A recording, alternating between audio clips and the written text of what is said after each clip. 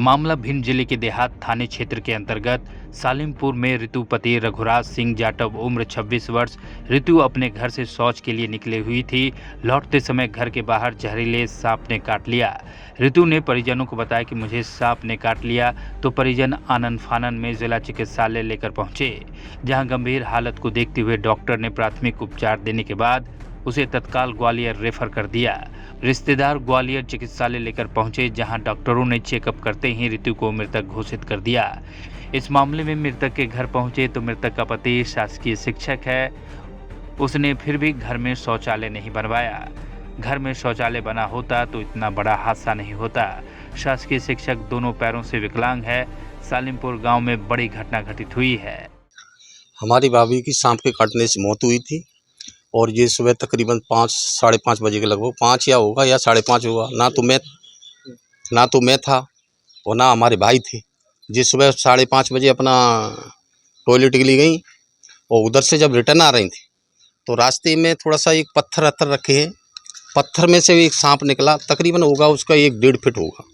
1.5 feet होने के कारण वो सांप के या अचानक पैर रख गया हो। अब अकेली थी, उनके साथ तो कोई था नहीं। अब पता नहीं पैर रख गया, क्या हुआ, उस सांप ने उनको काट लिया।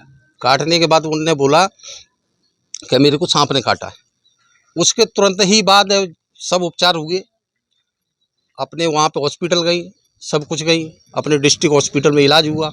वहाँ से जब ज़्यादा कंडीशन ख़राब हुई उनकी, क्यों सांप ऐसा था कि जिसके काटने से उसका पॉइजन ज़्यादा था। सांप था, कोई बोलता है कोई तक्षकनाग, कोई बोलता है कैसा। जब बाई के पास गए उनने बताया हमको कि ये तक्षकनाग है, जो छोटा होता है और जिसके काटने से व्यक्ति 3-4 घंटे में मौत हो जाती है। तो उस कारण उसकी अपने डिस्ट्रिक्ट हॉस्पिटल में उनका ट्रीटमेंट चला, वहाँ पे अच्छा ट्रीटमेंट दिया, मगर जब काबू नहीं आया तो उन्हें ग्वालियर रेफ़र किया।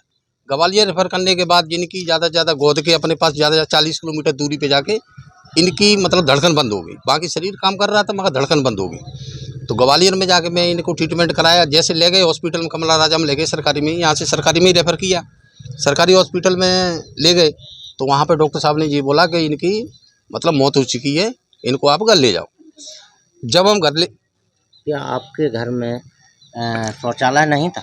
शौचालय था सर, मगर क्या है कि हमने एक यहाँ पे अभी थोड़ा सा समय के अनुसार हमने एक गाड़ी खरीदी, महिंद्रा 575 खरीदा था, तो उसको गैरेज बनाया था मैं।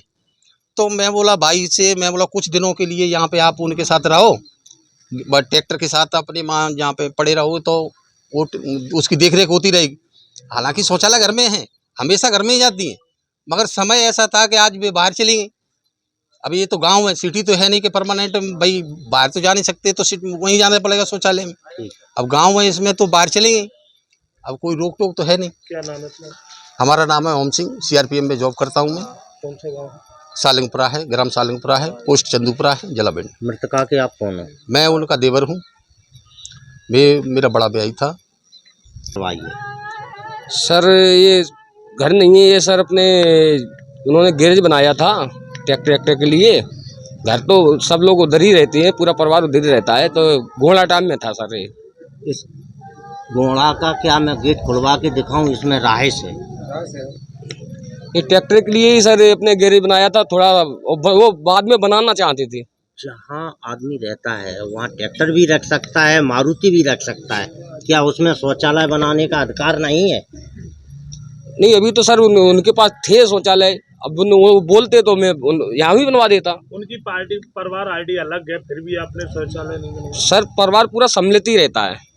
परिवार आईडी तो अलग है? अलग है तो वो गांव है सर। ये जगह तो उतनी है। यहाँ पे जैसे गैरेज बनाया था तो उन्होंने गैरेज के बाद वो मकान की सोच रहे थे। क्या नाम है आप? हमारा नाम है अजीत, मैं पति सरपंच हूँ अनीता का। भिंड से धर्मेंद्र ओझा की रिपोर्ट। माझी मुंबई माझं घर Kings my home science Sonapatti इथे सुरू आहे। सर्वसामान्यांच्या खिशाला परवडणारी घरे आजच बुक करा। आज नाही तर कधीच नाही। 41 लाखांपासून 64 लाखांपर्यंत सर्व करासहित। CEN न्यूज देश प्रदेश की ताजा तरीन खबरों के लिए CEN न्यूज को सब्सक्राइब करें और रहें पल पल की खबर से हर पल बाखबर।